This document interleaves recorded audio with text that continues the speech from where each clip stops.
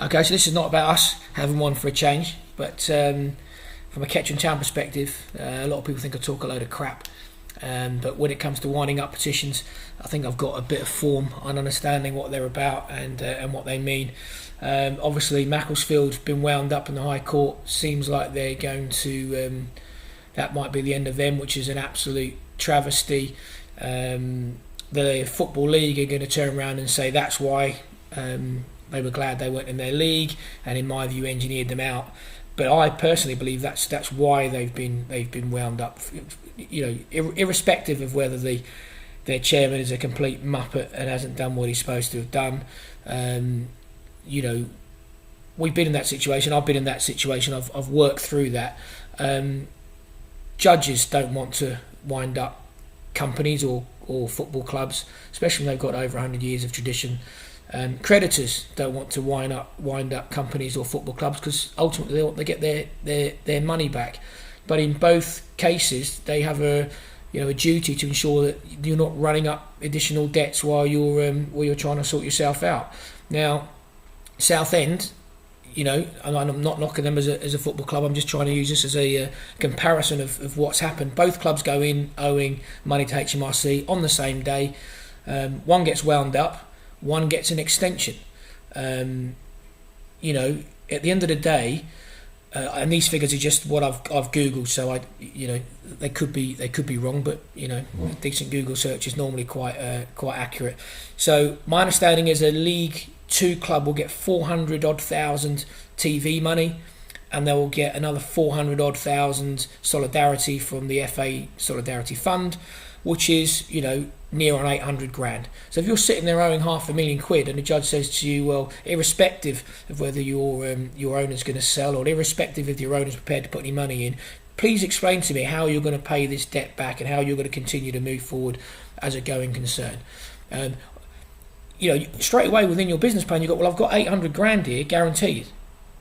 I've got 800 grand here, or even if my solidarity payment, if I don't get whatever, I've got 350,000. So that's going to go a big way to paying off or showing that as long as fans come in and you can tighten your belt, you have the basis there of a business plan which actually turns around to that court and says we can actually trade out of this position.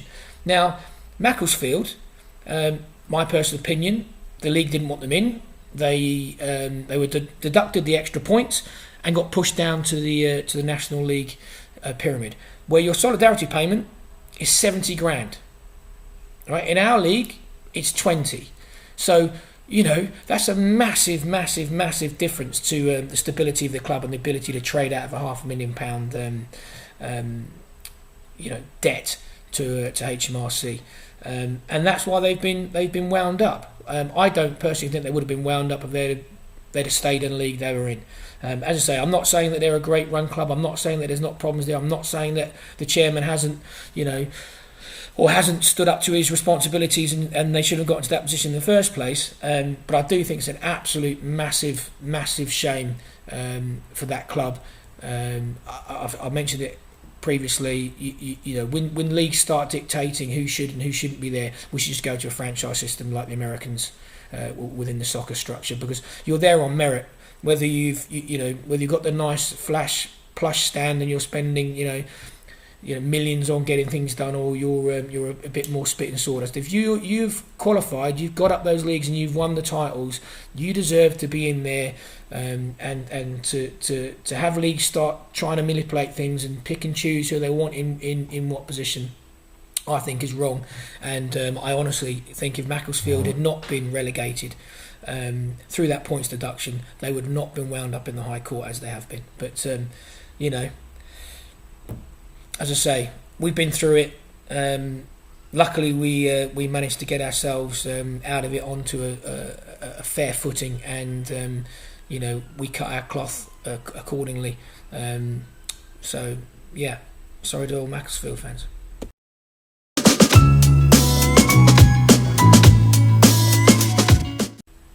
Another bit of news that was announced today from a Kettering perspective was our new main sponsor, Logistics People. Got a bit of a battering on some of the social media about it being not not exciting, not so big. I can guarantee you all it's absolutely massive.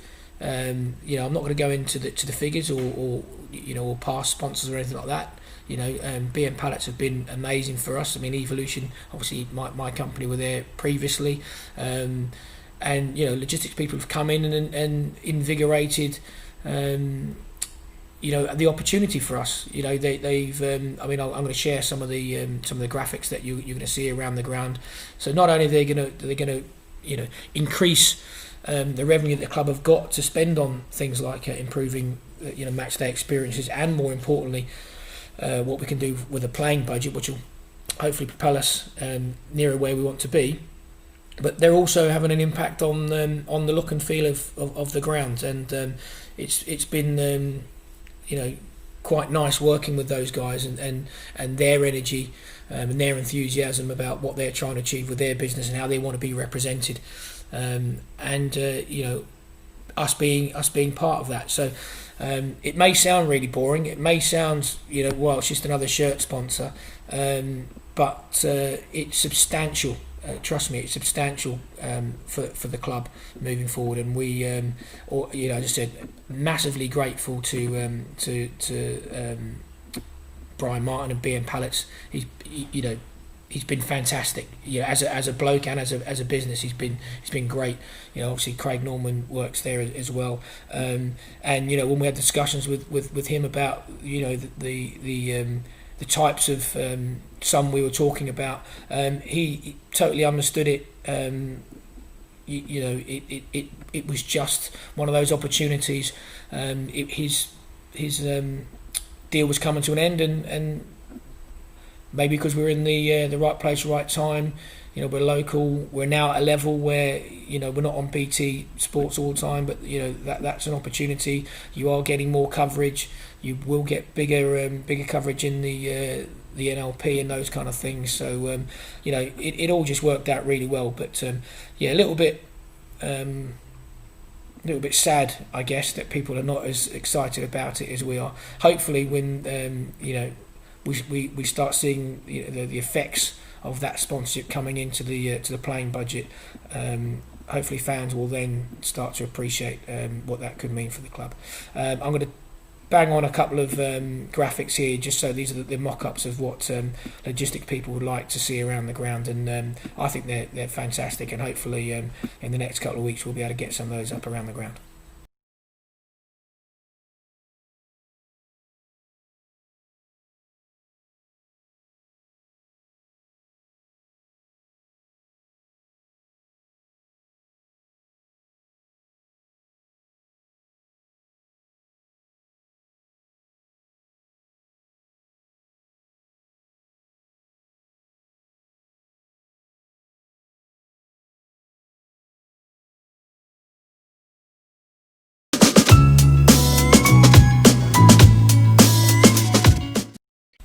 Okay, so a couple of clips from this week's board meeting. As per normal, COVID pretty much took up most of the discussions.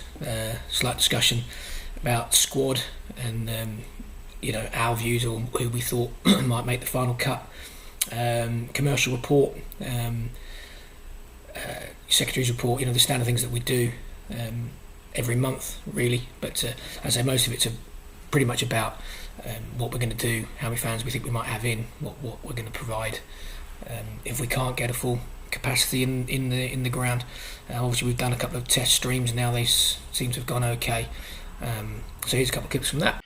So on the reports that came through, on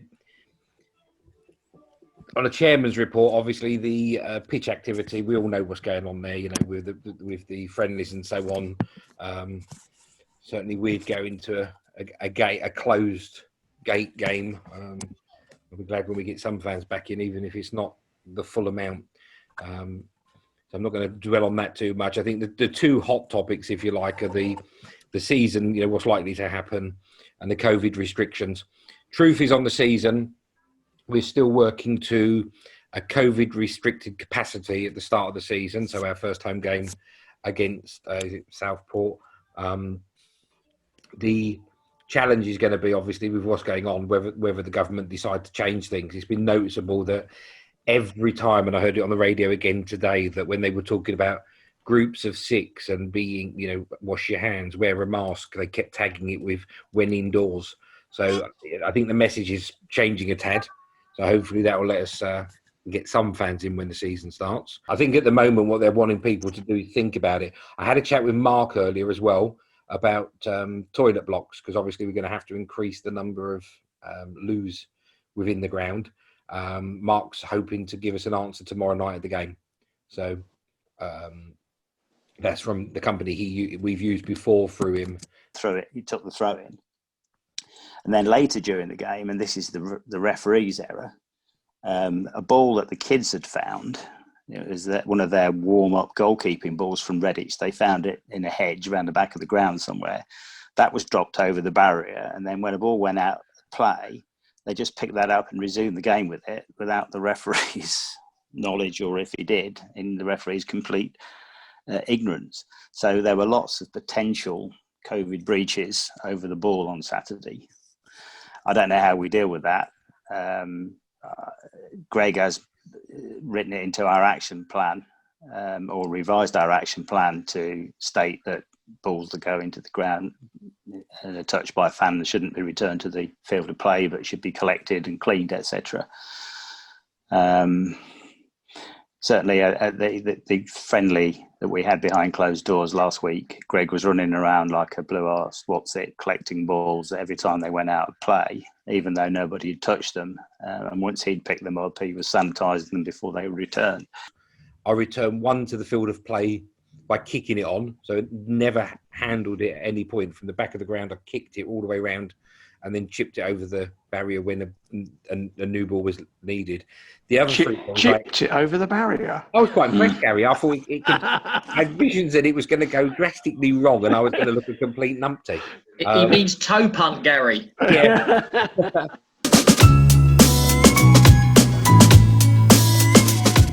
So the reason for delaying release of this normally comes out on a Friday, Saturday this week, purely because we had Tesco TV come down and do some filming with our disability squad. So I was keen to try and get that in. I think people forget. They just see us as an adult first team rather than actually a community club. So we've had some funding, some grant funding from Tesco, and they've obviously come down to film, see what we've done and what that's meant to our disability team. So Dave, I've got a couple of clips of Dave now, having to repeat things. I think it's how grand is that, I think is the line they're trying to get him. I'm not going to tell you how many takes it got to get, but here's a couple of clips of that. I'd also think it's probably lead on. I think I'll do a little bit more the next week or the week after on the community side of it, because I think people will be surprised about how big and how diverse our team structures are.